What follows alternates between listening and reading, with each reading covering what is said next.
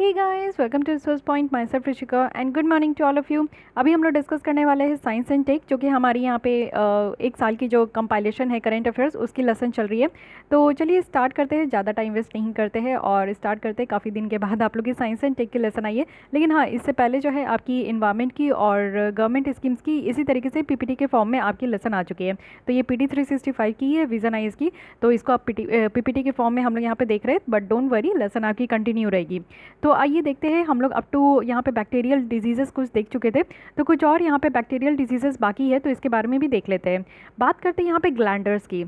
ये बहुत ही ज़्यादा यूनिक सा है और एकदम न्यू है, तो ध्यान में रखिएगा इसको। रिसेंटली क्या हुआ है कि ministry of fisheries, animal husbandry and dairying ने यहाँ पे रिलीज़ करी है एक नेशनल एक्शन प्लान। वो भी किस लिए? तो यहाँ पे जो ग्लैंडर है इसके कंट्रोल और इरेडिकेशन के लिए। तो ग्लैंडर क्या है? एक ग्लैंडर एक आपकी एक कंटाजियस है और फैटल डिजीज़ है यूनिक्स की, जिसमें कौन कौन से यूनिक्स में क्या क्या आते हैं? तो हॉर्सेज है, डोंकी है, मिल्स है।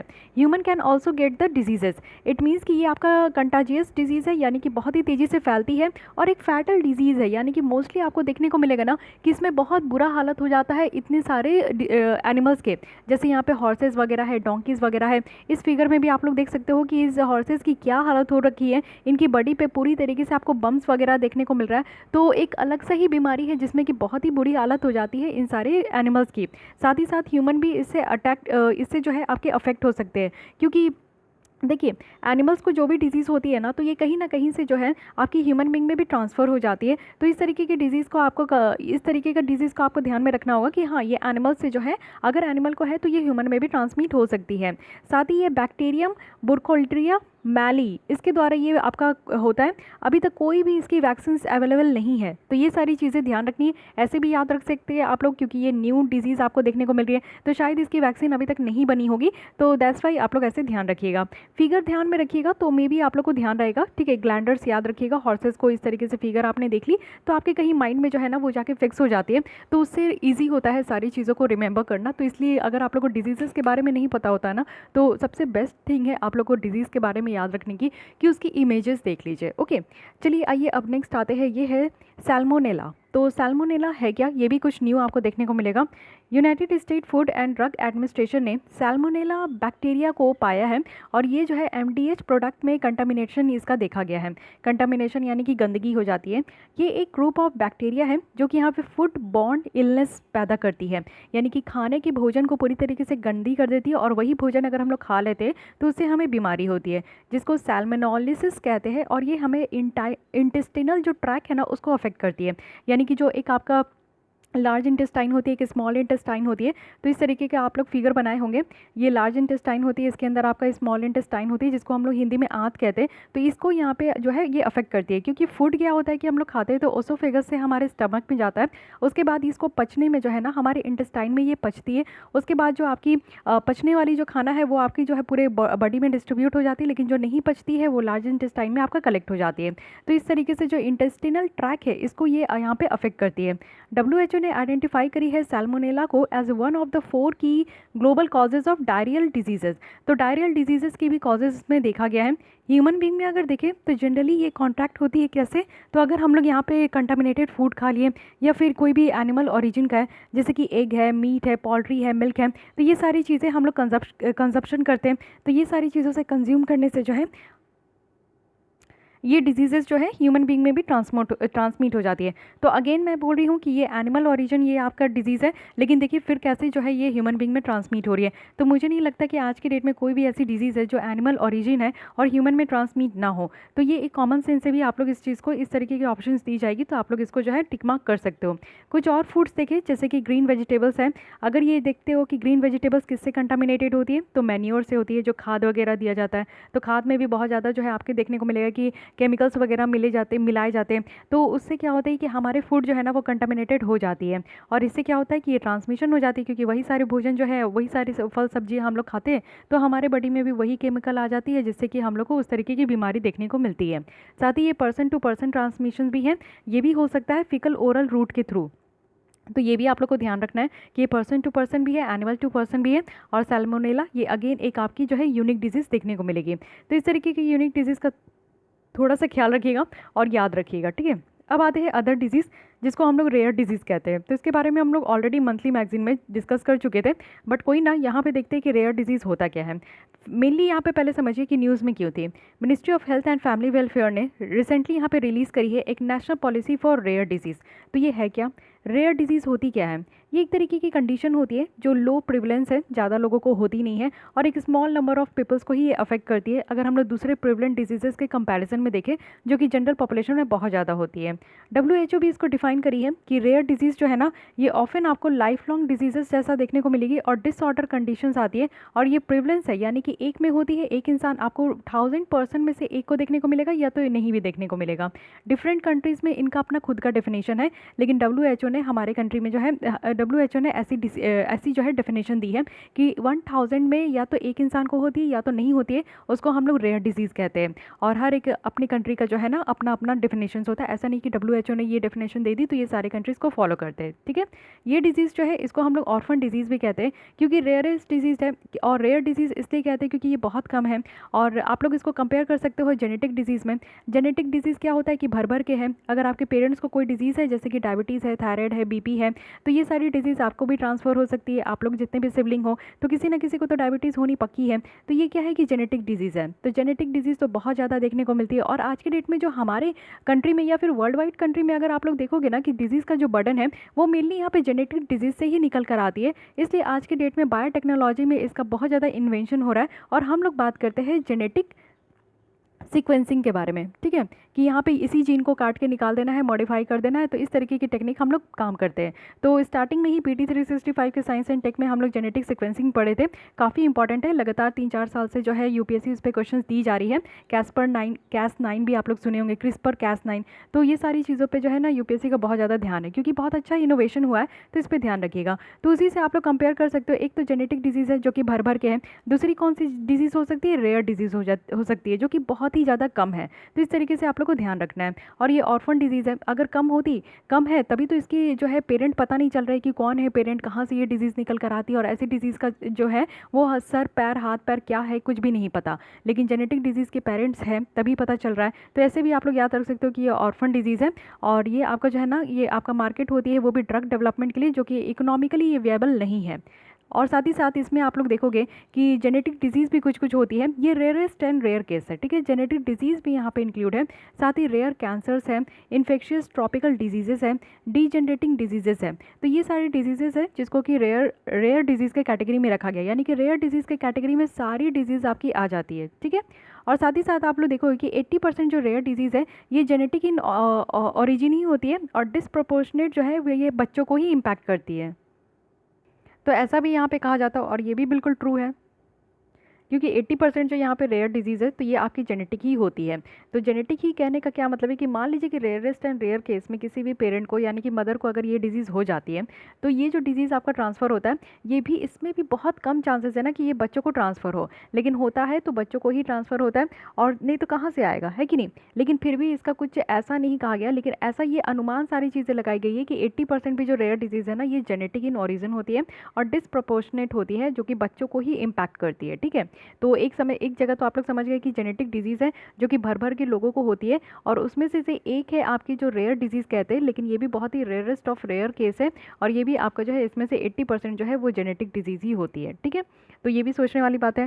साथ ही अगर हम लोग इसको देखें कि ये लेस प्रिवलेंट है, इंडिविजुअली काफ़ी रेयर है, कलेक्टिवली ये जो अफेक्ट करती है ये 6 to 8% टोटल पॉपुलेशन को किसी कंट्री में ये जो है अफेक्ट करती है, तो ये भी ध्यान रखना है। अब इंडिया के सिनेरियो के बारे में देखते हैं कि इंडिया में इसका क्या हालचाल है।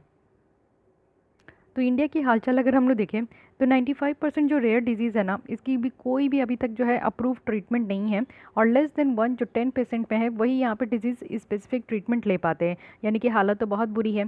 यहाँ पे जो है लोगों को 95% तक लोगों को जो है यहाँ पे डिजीज़ का कोई भी ट्रीटमेंट नहीं मिल पा रहा है, और 10 में से मात्र 1 पेशेंट को ही यहाँ पे ट्रीटमेंट दे पाती है। बहुत ही फ्यू यहाँ पे फार्मास्यूटिकल कंपनीज़ है जो कि इसके लिए ड्रग्स यहाँ पे मैन्युफैक्चर कर रही है, और इंडिया में तो आप देखोगे कि कोई भी ऐसी डोमेस्टिक मैन्युफैक्चरर है नहीं, बल्कि हमारे यहाँ जो है आप लोग देखते हो कि फार्मास्यूटिकल मैन्युफैक्चर बहुत है। हम लोग जो है जो जेनरिक मेडिसिन होती है उसका मैन्युफैक्चर बहुत ज़्यादा करते हैं, लेकिन हम लोग इस तरीके के कोई भी मेडिसिन का हम लोग यहाँ पे मैन्युफैक्चर नहीं कर रहे हैं, क्योंकि ये वेबल नहीं है ना। आप लोग सोचो कि मेडिसिन को मैन्युफैक्चर करने में कितने साल लग जाते हैं, कितना टाइम लग जाता है, और इस तरीके की रेयर डिजीज़ जो कि आपको कभी कभी ही देखने को मिलेगी, तो इसकी मेडिसिन यहाँ पे मैन्युफैक्चर करने में जो है ना लोगों को ज़्यादा प्रॉफिट नहीं होता है, इसलिए नहीं कर पाते हैं। जो मोस्ट कॉमन रेयर डिजीज़ है इसमें है haemophilia, thalassaemia, sickle cell anaemia और प्राइमरी इम्यूनोडेफिशिएंसी जो कि बच्चों में देखने को मिलता है, ऑटो ह्यूमन डिजीज़। तो ये सारे डिजीज़ है, मेनली आप लोगों को खून की कमी वगैरह ये सारी चीज़ें देखने को मिलेगी, और इम्यून सिस्टम वीक होती है, बच्चे जो कमज़ोर होते हैं, तो ये सारी प्रॉब्लम के कारण हो जाती है। ठीक है, तो ये भी पूछा जाएगा, तो ध्यान रखिएगा कि रेयर डिजीज़ किस कौन कौन से हम लोग यहाँ पर डिजीज़ को कहते हैं। अब यहाँ पे देखते हैं कि कुछ पॉलिसी ड्राफ्ट किया जा रहा है, तो उसकी साइलेंट फीचर्स क्या है। सबसे पहले है कि यहाँ पे 450 डिजीज़ेस को एज ए रेयर यहाँ पे लिस्ट की गई है, बट यहाँ पे डिटेल आपका रोड मैप नहीं दिया गया कि उनका ट्रीटमेंट कैसे होगा। साथ ही 3 कैटेगरीज रखी गई है रेयर डिजीज़ेस की। पहली है कि वो सारी डिजीज़ जिसको वन टाइम क्यूरेटिव ट्रीटमेंट दिया जाएगा। सेकंड है कि वो सारी डिजीज़ जिसको लॉन्ग टर्म ट्रीटमेंट दिया जाएगा लेकिन कॉस्ट इसकी बहुत ज़्यादा कम होगी। थर्ड है कि वो डिजीज़ जिसमें कि लाइफ लॉन्ग ट्रीटमेंट की ज़रूरत है और उसकी कॉस्ट बहुत ज़्यादा होगी। यानी कि यहाँ पे आपकी जो है या वन टाइम क्यूरेटिव ट्रीटमेंट होगा, यानी कि एक बार आपको जो है ट्रीटमेंट दे दिया जाए और आपकी जो है ये डिजीज़ पूरी तरीके से ख़त्म हो जाए। सेकंड है कि ये जो आपकी रेयर डिजीज़ है ना, इसमें कभी कभी क्या होता है कि लॉन्ग टर्म जो है आपकी लंबे समय तक, यानी कि मान लीजिए कि 10 साल 20 साल इस तरीके की ट्रीटमेंट की ज़रूरत होती है, तो इसकी यहाँ पे कॉस्ट बहुत कम होगी। लेकिन कोई कोई ऐसी डिजीज़ भी होती है रेयर डिजीज़ जो कि आपके लाइफ के साथ रहती है, जब तक आप जिंदा रहोगे तब तक आपको वो डिजीज़ सताएगी, तो इसके लिए आपका कॉस्ट जो है ना बहुत हाई हो जाता है। ऑब्वियस है कि आप लंबे समय तक यहाँ पे ट्रीटमेंट लोगे, तो ट्रीटमेंट लेने में आप लोग समझ सकते हैं कि कॉस्ट का क्या हिसाब किताब होता है। तो ये 3 कैटेगरी में यहाँ पे रेयर डिजीज़ को आपका डिवाइड किया गया है और इसकी कॉस्ट भी यहाँ पे मेंशन की गई है, तो ध्यान रखिएगा। फिर है यहाँ पे स्टैंडर्डाइजेशन एंड मॉनिटरिंग। तो नेक्स्ट है यहाँ पे कि national register for registry for यहाँ पे रेयर डिजीजेस है, जिसको कि यहाँ पे Indian council of medical research में बनाया जाएगा, जो कि यहाँ पे हेल्प करेगी और यहाँ पे जो रेयर डिजीजेस की डेफिनेशंस है वो भी यहाँ से निकल कर आएगी, जो हमारे इंडिया को सबसे अच्छे तरीके से सूट करेगी। फिनेंशियल सपोर्ट देखें कि ट्रीटमेंट तो यहाँ पे कराया जाएगा, लेकिन फिनेंशियल सपोर्ट कहाँ से निकल कर आएगा, तो जो यहाँ पे पैसे की सपोर्ट दी जाएगी पेशेंट को जो भी रेयर डिजीज़ की है और जो भी यहाँ पे पॉवर्टी लाइन के नीचे है, तो वो यहाँ पे राष्ट्रीय आरोग्य निधि जो है इसके तहत यहाँ पे आपका फिनेंशियल सपोर्ट दिया जाएगा। साथ ही यहाँ पे आपको वन टाइम ट्रीटमेंट के लिए फंड भी दिया जाएगा, और जिसकी यहाँ पे कॉस्ट टू द ट्यून यहाँ पे 15 रुपीज़ लाख है, वो भी सर्टेन ट्रीटेबल रेयर डिजीज़ के लिए जिसको ट्रीट किया जा सकता है, उसके लिए यहाँ पे आपका जो है 15 रुपीज़ लाख यहाँ पे दिया जाएगा, 15 लाख रुपीज़।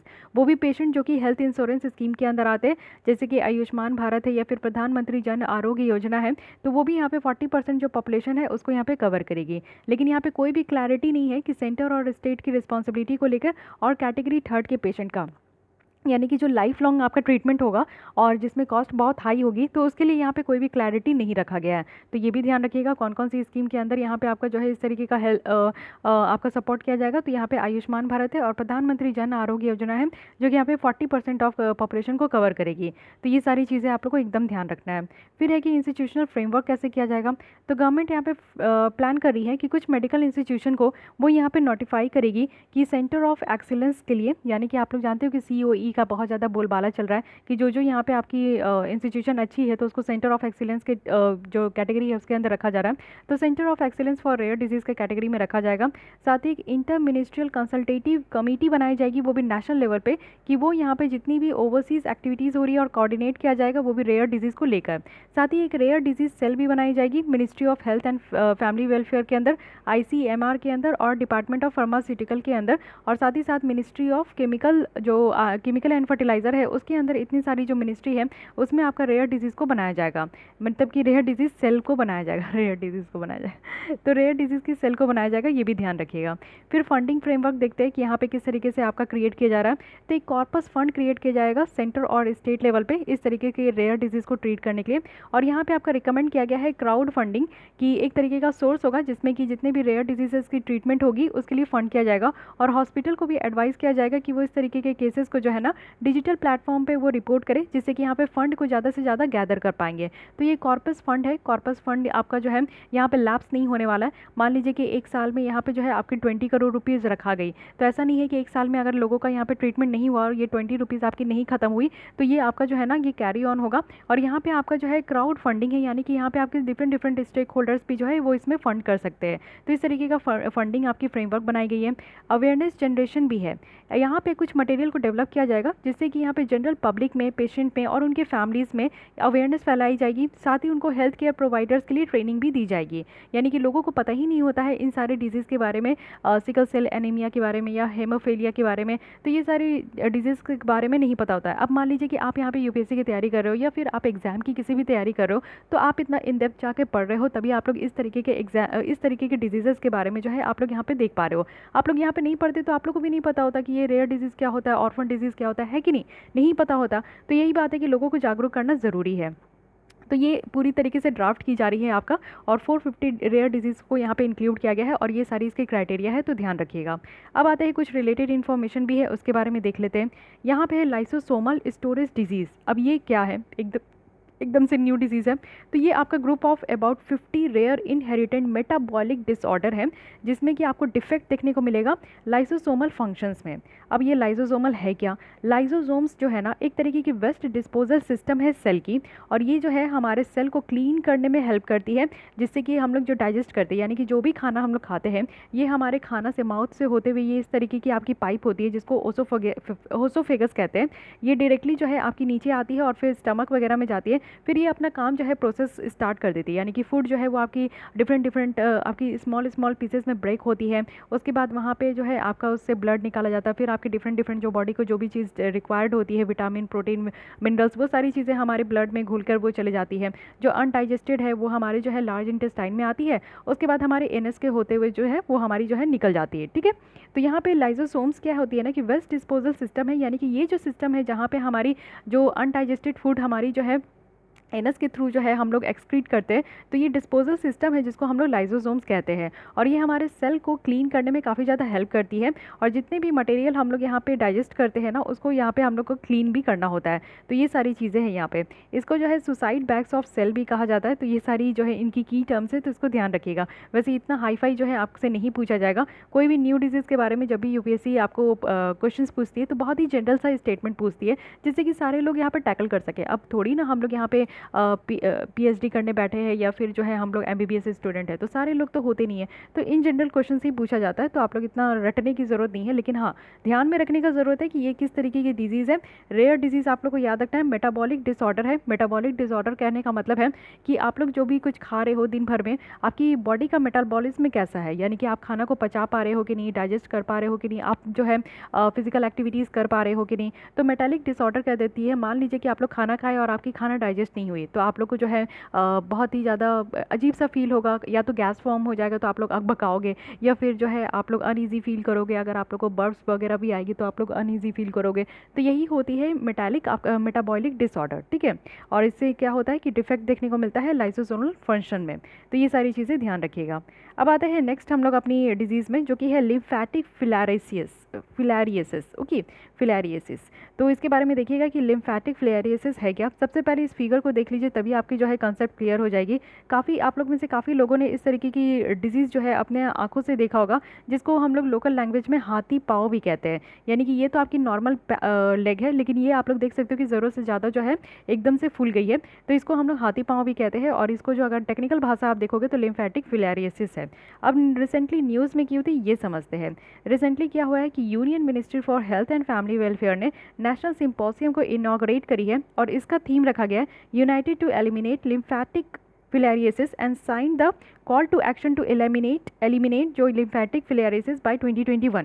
यानी कि अब यहाँ पे हमारी कंट्री जो है इसके ऊपर भी जागरूक हो गई है। जागरूक पहले से ही थी, नो डाउट, इसके बारे में पहले से ही हमारी इंडिया बात करती है, लेकिन अब यहाँ पे चुल हो गई है कि इसको हटाना है और इसके पूरी तरीके से ख़त्म करनी है 2021 तक। तो टारगेट तो बाबा बहुत बड़ा है। अभी तो 2020 है, कोरोना तो जा नहीं रहा है, अब ये डिजीज़ कैसे जाएगा लास्ट ईयर, तो सोचने वाली बात है कि ना। तो कोई बात नहीं, सरकार हमारी बहुत अच्छी अच्छी प्लान लेकर आती है, अभी भी आप लोग देख रहे हो, लेकिन इंप्लीमेंट कितना होता है वो तो हमारे सामने ही है।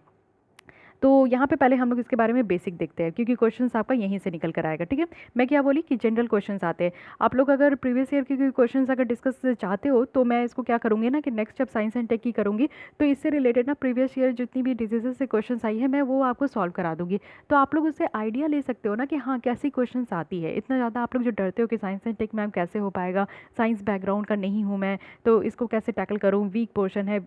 वीक और स्ट्रॉन्ग कुछ नहीं होता, आप बस प्रीवियस ईयर के बेसिस पे अगर अपनी तैयारी उस हिसाब से अगर आपने चल दी ना, तो फिर आपको सब कुछ सही लगने लगेगा, ठीक है। तो अगर आप लोग को प्रीवियस ईयर के क्वेश्चंस का चाहिए होगा तो बताइएगा कि मैं नेक्स्ट लेसन में साइंस एंड टेक की जब भी डील करूँगी तो प्रीवियस ईयर के साथ डील करूँगी, ठीक है। अब आते हैं लिम्फेटिक फिलियरिसिस पे। कॉमनली इसको एलिम्फेंटियासिस भी कहते हैं, यानी कि हाथी पाँव भी कहते हैं, और ग्लोबली इसको जो है नेग्लेक्टेड ट्रॉपिकल डिजीज़ में रखे गए हैं। देखिए ये अलग तरीके की एक प्रॉब्लम है। अभी तो हम लोग एक प्रॉब्लम देखे हैं रेयर डिजीज़, दूसरी प्रॉब्लम ये है कि इसको एक तरीके का आता है नेग्लेक्टेड ट्रॉपिकल डिजीज़, यानी कि हमारे कंट्री में ऐसे भी भर भर के हमारे कंट्री में नहीं बोल सकते, ऐसे भी हमारे दुनिया में ऐसे भर भर के डिजीज़ है ना जिसको कि कभी कंसीडर नहीं किया जाता है। आप लोग हाथी पाँव देखे होंगे कि ये इन जनरल बहुत ही बड़ी बीमारी है, लेकिन इसके लिए ना कभी भी ऐसा नहीं है कि सरकार कोई प्लान लेकर आई है, या फिर ऐसा नहीं है कि कोई भी जो है इसको जैसे कहते हैं कि अरे बाप रे बहुत ज़्यादा प्रॉब्लम हो गया इनको। नहीं, एक कंसीडर किया जाता है कि ठीक है सो बीमारी है। जैसे कि आप लोग स्नेक बाइट को देखो, स्नेक बाइट अगर सांप काट लिया तो भाई ये भी तो बहुत बड़ी बात होगी ना कि सांप ने काट लिया, इसकी भी अच्छी सी ट्रीटमेंट होनी चाहिए, इसके लिए भी इंश्योरेंस वगैरह होनी चाहिए, या फिर कुछ तो और प्रोविजन तो सरकार कुछ तो करे। लेकिन इसको भी रखा गया है कहाँ, तो नेग्लेक्टेड ट्रॉपिकल डिजीज़ में। तो इस तरीके की भी डिजीज़ होती है जिसको रखा गया। तो इससे सबसे पहले आपसे पूछा जाएगा कि इसको नेग्लेक्टेड ट्रॉपिकल डिजीज़ में रखा गया है कि नहीं। So answer is yes, okay. ये एक पैरासाइट डिजीज़ है। अब ये कोई बैक्टीरिया और आपकी वायरस नहीं है, ये पैरासाइट डिजीज़ है जो कि माइक्रोस्कोपिक एक थ्रेड लाइक इस तरीके का जो है फिलेरियल वॉर्म होती है, उसके थ्रू ये आपका होता है, ठीक है। पैरासाइटिक आप लोग जानते हो कि इस तरीके का आपका स्ट्रक्चर का होता है, तो उसी के थ्रू जो है आपकी ये इस तरीके की बीमारी होती है। यहाँ पे 3 टाइप्स ऑफ जो है थ्रेड लाइक फिलेरियल वॉर्म होती है, जो कि आपको देखने को मिलेगा कि वुचेरेरिया बैंचूफ्टी, ये रिस्पॉन्सिबल है 90% ऑफ द केसेस के लिए। तो ये पैरासाइट का भी नाम आप लोग याद कर लीजिएगा।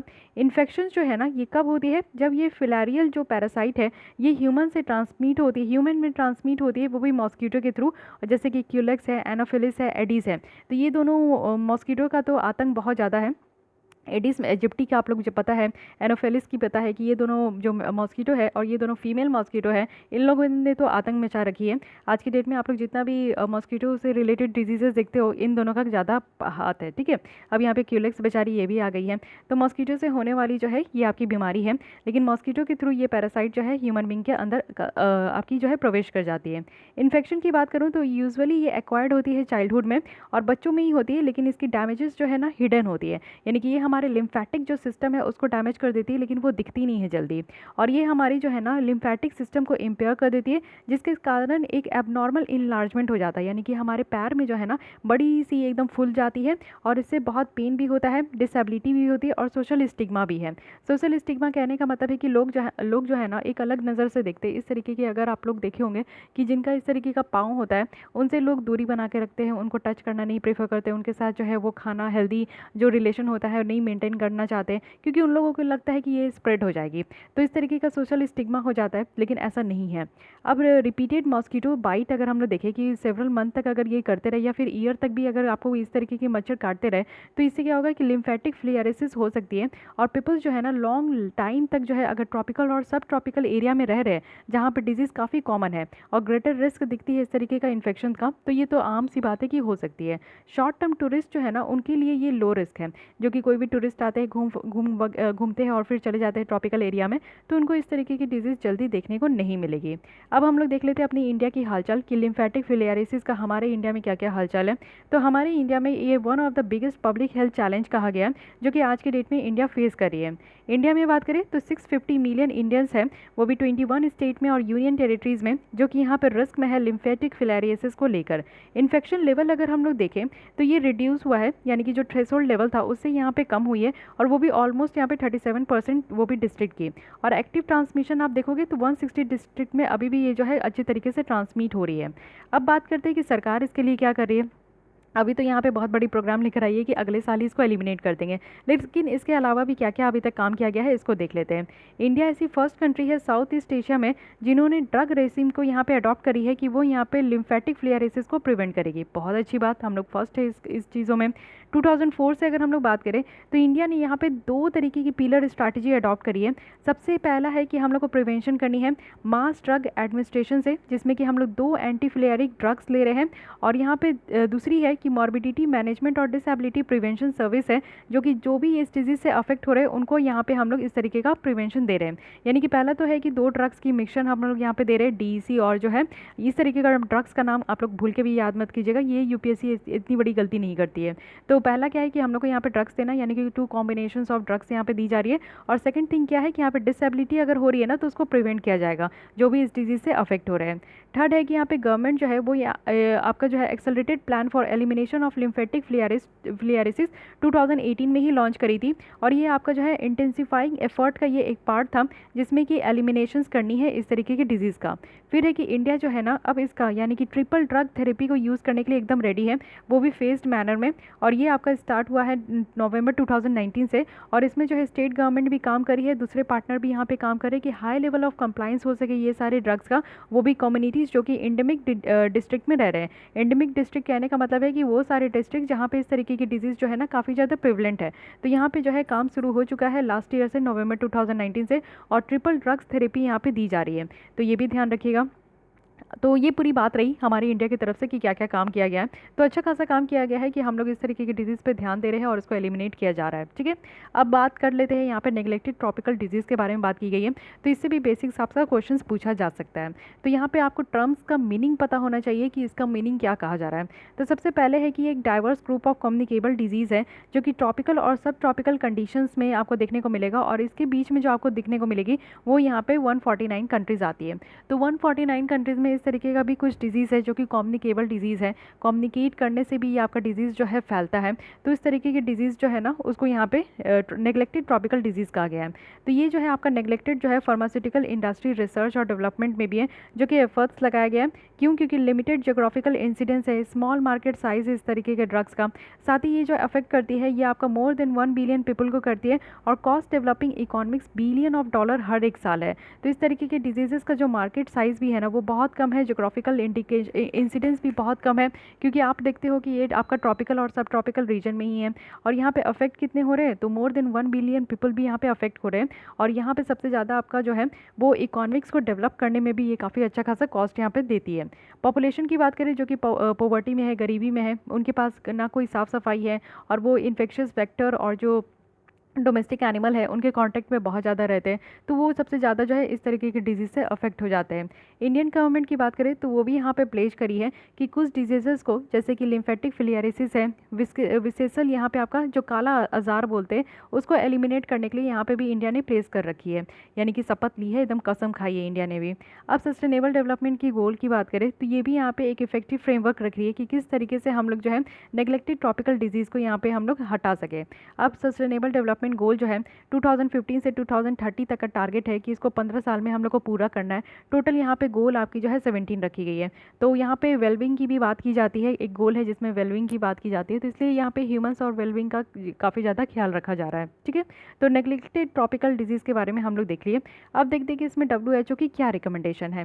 लिम्फेटिक फिलियरिसिस की बात करें तो WHO के द्वारा इसको डिक्लेयर किया गया है कि ये सेकेंड मोस्ट कॉमन कॉज है लॉन्ग टर्म डिसेबिलिटी का, यानी कि सबसे पहले तो मेंटल इलनेस है, यानी कि पागलपनी, दिमागी पागलपनी। उसके बाद जो यहाँ पे डिसेबिलिटी है जो कि लंबे समय तक रहता है वो है हाथी पाँव। WHO ने लॉन्च करी है ग्लोबल प्रोग्राम कि किस तरीके से लिम्फेटिक फिलियरिसिस को 2000 में ही एलिमिनेट कर सकेंगे। 2012 में WHO ने नेग्लेक्टेड ट्रॉपिकल डिजीज़ की रोड मैप जो है वो बनाई थी और टारगेट डेट रखी थी कि यहाँ पे एलिमिनेशन करना है, वो भी 2020 तक। उसके बाद जो ये आपका ग्लोबल प्रोग्राम है जिसमें कि लिम्फेटिक फिलियरिसिस को एलिमिनेट करनी है, इसका एम है कि मिनिमम पैकेज ऑफ केयर यहाँ पे एक्सेस करना है, वो भी हर एक पर्सन को जो भी इस तरीके की क्रॉनिक मैनिफेस्टेशन से एसोसिएट है, यानी कि किसी भी पर्सन को अगर लिम्फेटिक फिलियरिसिस हो रही है इन सारी एरिया में, तो उनको यहाँ पे मिनिमम पैकेज ऑफ केयर देना है जहाँ पे डिजीज़ प्रेजेंट है। और यहाँ पे आपका जो है जो भी लोग इसको सफ़र कर रहे हैं उनको यहाँ पे ठीक करना है और इम्प्रूवमेंट जो है यानी कि उनके क्वालिटी ऑफ लाइफ को यहाँ पे इम्प्रूवमेंट करना है। तो WHO जो बहुत ही पहले यहाँ पे खड़ी हो चुकी है, हम लोग तो इसके कंपैरिजन में बहुत लेट कर दिए है कि नहीं। अब आते हैं नेक्स्ट आर्टिकल है जो कि है थायराइड कंजुगेट वैक्सीन। थायराइड नहीं है, थाइफॉइड कंजुगेट वैक्सीन। तो इसके बारे में देख लेते हैं न्यूज़ में क्यों थी, क्योंकि पाकिस्तान यहाँ पे पहली कंट्री बन गई है वर्ल्ड में जिन्होंने यहाँ पे इंट्रोड्यूस करी है World Health Organization recommended typhoid conjugate vaccine. तो TCV कहते हैं, इस तरीके का वैक्सीन है। चलिए आइए अब देख लेते हैं ये न्यूज़ में क्यों थी, क्योंकि पाकिस्तान ने इंट्रोड्यूस करी है TCV को, जिसको कि टाइप बार TCV भी कहा जा रहा है, नेशनल इम्यूनाइजेशन प्रोग्राम में। और ये आपका जो इस्तेमाल किया जा रहा है ये extensively drug resistant typhoid outbreak के लिए यहाँ पे किया जा रहा है। तो टाइप बार TCV जो है ना ये आपका एडमिनिस्टर किया गया है पाकिस्तान में, और फंडिंग सपोर्ट जो है ये गावी के द्वारा किया जा रहा है। गावी एक तरीके का ऑर्गेनाइजेशन है जो कि global alliance for vaccine initiative है। ये फंडिंग प्रोवाइड करती है एक वैक्सीन, मतलब कि यहाँ पे जो इंजेक्शन वाली दवाइयों वाली जो यहाँ पे आपकी ग्लोबल अलायंस है, जो कि कहीं भी अगर किसी भी कंट्री में पहली बार अगर वो लोग यहाँ पे कोई भी दवा को लेकर आते हैं और उसका इन्वेंट करते हैं तो उनको यहाँ पे फंडिंग वगैरह दिया जाता है। टाइप बार TCV की बात करें तो इसको इंडिया बेस्ड कंपनी यानी कि भारत बायोटेक के द्वारा मैन्युफैक्चर किया गया है, और ये जो है वर्ल्ड की first conjugate vaccine pre qualified बन चुकी है, वो भी WHO के द्वारा।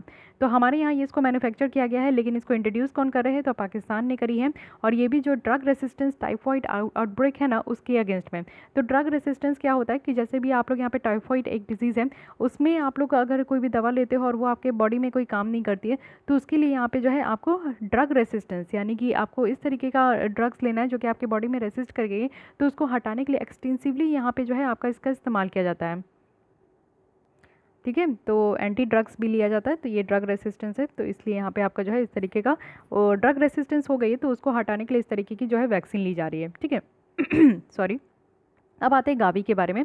It stand for global alliance for vaccine initiative. Gavi जो है एक ग्लोबल हेल्थ पार्टनरशिप है पब्लिक और प्राइवेट सेक्टर ऑर्गेनाइजेशन की, जो कि डेडिकेट करती है इम्यूनाइजेशन फॉर ऑल, यानी कि सारे लोगों को यहाँ पे दवा वगैरह दी जाएगी। ये बहुत सारे ग्लोबल ऑर्गेनाइजेशन के द्वारा बैक भी की गई है, जिसमें कि bill and Melinda Gates foundation है, WHO है, वर्ल्ड बैंक है, यूनिसेफ है जो कि यहाँ पे बल्क बायर्स को अरेंज करती है कि वो यहाँ पे लोअर वैक्सीन कॉस्ट रखे पुअर कंट्रीज़ के लिए। तो ये सारे बड़े बड़े ऑर्गेनाइजेशन यहाँ पे इंक्लूड है, तो इसकी अहमियत आप समझ सकते हो कि ये अपने आप में कितनी बड़ी ऑर्गेनाइजेशन होगी। ठीक है, कंजुगेट वैक्सीन के बारे में देखते हैं कि एक्चुअली ये होती क्या है, वैक्सीन होती क्या है। मेनली आप लोग को अगर कोई भी डिजीज़ होती है तो उसके लिए आप लोग वैक्सीन लेते हो, जिससे कि आप लोग का जो है इम्यून रिस्पॉन्स उससे देती है एंटीजन से।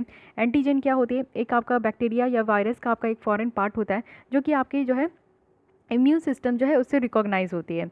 तो एक इम्यून सिस्टम को रिकॉग्नाइज करती है और उसी में अटैक करती है, तो उसको हम लोग एंटीजन कहते हैं। और यहाँ पे आप लोग जो देखोगे कि किसी भी डिजीज़ को प्रिवेंट करने के लिए हम लोग वैक्सीन लेते हैं।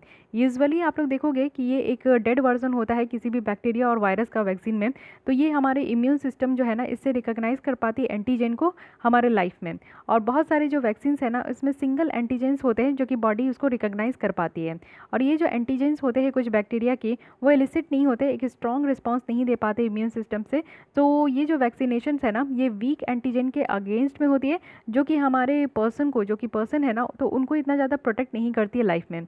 कंजुगेट वैक्सीन जो है वो यहाँ पे वीक एंटीजेंस को कंबाइन करती है स्ट्रॉन्ग एंटीजेंस के साथ और एज ए कैरियर, और वो यहाँ पे इम्यून सिस्टम को जो है ना स्ट्रॉन्ग रिस्पॉन्स करती है, वो भी वीक एंटीजेंस के लिए। तो यहाँ पे आप लोग समझे कि कॉन्जुगेट लगाया गया है, यानी कि और ये स्ट्रॉन्ग वैक्सीन हो गई है। वैक्सीन हम लोग कब लेते हैं, जब हम लोग बीमार पड़ते हैं और हमारे बॉडी में एंटीजन है जिसको कि यहाँ पे रिकॉग्नाइज किया जाता है। तो जब भी हम लोग यहाँ पे वैक्सीन लेते हैं तो ये वैक्सीन क्या करती है कि हमारे बॉडी में जो भी एंटीजन है उसको यहाँ पे देखती है कि कौन एंटीजन है जो कि हमारे इम्यून सिस्टम को जो है इस तरीके से परेशान कर रही है, उसको यहाँ पे टैकल किया जाता है। लेकिन जब यहाँ पे वीक हमारी जो एंटीजेंस है जो कि हमारे बॉडी को, हमारे पर्सन को जो है प्रोटेक्ट नहीं कर पा रही है, तो फिर उसके बाद हम लोग को कॉन्जुगेट वैक्सीन लेना पड़ता है। यहाँ पे दो तरीके की आपको एंटीजन होती है, एक वीक भी होती है और स्ट्रॉन्ग भी होती है। ये दोनों मिलकर क्या करती है ना कि यहाँ पे एक स्ट्रॉन्ग रिस्पॉन्स देकर आती है, यानी कि जो हमारे बॉडी में वीक एंटीजेंस है ना तो उसके अगेंस्ट में यहाँ पे स्ट्रॉन्ग रिस्पॉन्स लेकर आती है। इसलिए अब यहाँ पे जो बनाया गया है वो कंजुगेट वैक्सीन बनाया गया है। नेक्स्ट आते हैं निमोनिया के बारे में। निमोनिया क्या है, निमोनिया आप लोग कई बार सुने हो, ये एक लंग इन्फेक्शन है जो कि मोस्टली ये आपका वायरस या बैक्टीरिया से होती है। ये इन्फेक्शन आपका जनरली जो है डायरेक्ट कॉन्टैक्ट, अगर आप लोग किसी भी इन्फेक्टेड पीपल्स के आते हो तो ये आपका जनरली जो है स्प्रेड होता है। रिसेंटली क्या है कि ministry for health and family welfare ने सांस यहाँ पे लॉन्च करी है। SAANS stand for social awareness and action to neutralise pneumonia successfully. अभी आपसे डायरेक्टली पूछा जा सकता है कि सांस किस डिजीज़ को यहाँ पे आपका जो है आपका किस डिजीज़ से रिलेटेड है, तो आपको बहुत सारे ऑप्शंस दिया जा सकता है, लेकिन आप लोग को समझना है कि ये निमोनिया से रिलेटेड है। ओके, अब इसका एम यही है कि जो चाइल्ड मोर्टेलिटी है, जो बच्चों की डेथ हो जाती है, उसको यहाँ पे कम करना है, क्योंकि बच्चों में निमोनिया का केसेस बहुत ज़्यादा देखने को मिली है। साथ ही लोगों को मोबिलाइज़ करना है कि वो बच्चों को निमोनिया से प्रोटेक्ट करें, साथ ही हेल्थ पर्सनल को ट्रेन करें और दूसरे स्टेक होल्डर्स को भी, जिससे कि वो यहाँ पे अच्छा खासा ट्रीटमेंट दे सके और इस डिजीज़ को कंट्रोल कर सके। ओके, सो यहाँ पे आप लोग देखें, अब इस कैंपेन के अंदर क्या है कि जो भी बच्चे यहाँ पे न्यूमोनिया से सफ़र कर रहे हैं उनको यहाँ पे ट्रीट किया जाएगा, यानी कि प्री रेफरल डोज दिया जाएगा एंटीबायोटिक का, और ये आशा वर्कर के द्वारा दी जाएगी। हेल्थ एंड वेलनेस सेंटर से जो कि यहाँ पे पल्स ऑक्सीमीटर डिवाइस को यूज़ करेंगे और आइडेंटिफाई करेंगे कि यहाँ पे बच्चों में जो ब्लड है उसमें लो ऑक्सीजन लेवल तो नहीं है, और अगर ज़रूरत पड़ा तो उनको ट्रीट भी करेंगे, यानी कि ऑक्सीजन सिलेंडर का इस्तेमाल करके। तो ये भी यहाँ पे ध्यान रखा जाएगा। अब आते हैं एक और डिजीज़ देखते हैं जो कि है मलेरिया, जो कि काफ़ी ज़्यादा लाइफ थ्रेटनिंग डिजीज़ है। मलेरिया आप लोग जानते ही हो प्लाज्मोडियम पैरासाइट से होती है। ना ये मलेरिया, ना ये आपकी बैक्टीरिया से होती है, ना ये वायरस से होती है। अगेन ये आपकी किससे होती है, तो पैरासाइट से होती है। ये जो पैरासाइट है ये पिपल्स में आपका स्प्रेड होती है, वो भी जब आपको जो है किसी भी तरीके की इन्फेक्टेड फीमेल एनोफिलिस मस्कीटो अगर काट लेती है तो ये मलेरिया वेक्टर भी इसको हम लोग कहते हैं। तो 5 पैरासाइट स्पेसीज़ हैं जिससे कि हम लोग को मलेरिया होती है, और इसमें से 2 स्पेसीज़ है जो इसकी ये और ये है। तो ये आपका ग्रेटेस्ट थ्रेट है, ये आपका पी फैल्सी पैरम है और पी यहाँ पे विवैक्स है, तो ये भी ध्यान रखना है।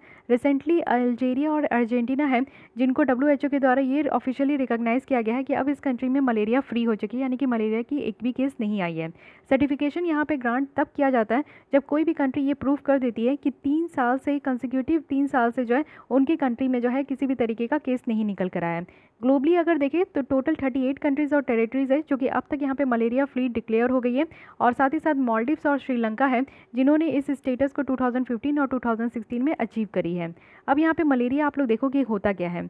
मेनली मान लीजिए कि ये जो मॉस्किटो है ये मॉस्किटो बाइट करी है किसी भी इन्फेक्टेड पर्सन को, यानी कि जिसको कि यहाँ पे मलेरिया हो चुका है उसको यहाँ पे जो है बाइट कर रही है। तो जिसको मलेरिया है उसी को मच्छर वो काटेगी, तो ऑब्वियस है कि उसको काट रही है, उसका खून चूस रही है, तो वो आपका मलेरिया वाला ब्लड चूस लेगी।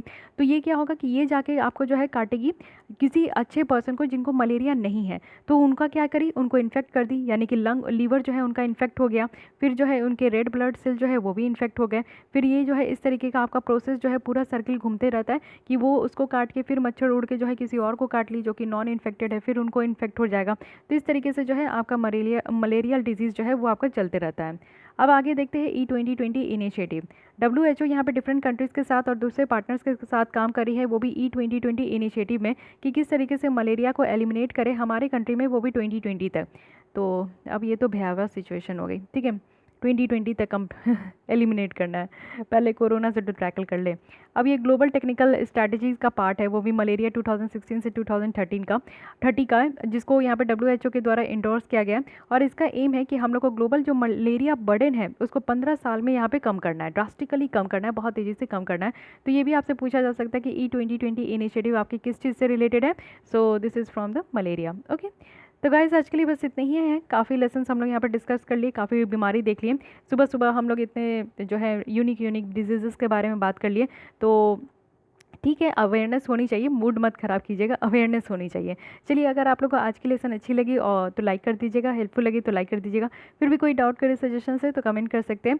और अभी ऐसा है कि PPT से ही हम लोग पढ़ेंगे, प्रीवियस लेसन आपको टेलीग्राम में मिल जाएगी और वहाँ पर मैं टाइम टू टाइम शेयर करूँगी। और आप लोग के द्वारा सुझाव भी बहुत अच्छा लगा कि मैं उसको पिंग कर दूँ सारे PT 365 के लेसन्स को, जिससे कि आप ईजिली उसको सर्च कर सको मेरे टेलीग्राम चैनल पर।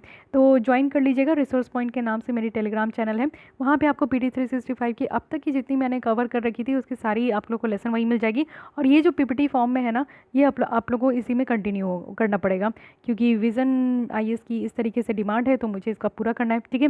हालांकि वो लोग जानते हैं कि इस तरीके का भी परमिशन नहीं दे रहे, उन लोगों का है कि आप किसी भी तरीके का उनकी मैगजीन्स को हम लोग इस्तेमाल नहीं करें, बट फॉर यू ऑल इस तरीके का काम जो है, कोई बात नहीं, कॉपीराइट स्ट्राइक देना है तो देने दीजिए, मुझे आप लोग तक इस तरीके की फ्री एजुकेशन प्रोवाइड करनी है तो मैं कर रही हूँ। ओके, सो मेरा ये ड्यूटी है कि मैं यहाँ पे कंप्लीट कर सकूँ, तो मैं करूँगी, इसलिए मैं कर रही हूँ। तो अगर आप लोग को ये चलिए ये इतना तो बोल दी, अब आप लोग प्लीज़ सब्सक्राइब कर लीजिएगा, क्योंकि सब्सक्राइब नहीं कीजिएगा तो आपको मेरे द्वारा जो अपडेट की जाती है न्यू लेसन्स वो उसकी नोटिफिकेशंस आपको नहीं मिलेगी। ओके, सो आज के लिए बस इतना ही, थैंक यू।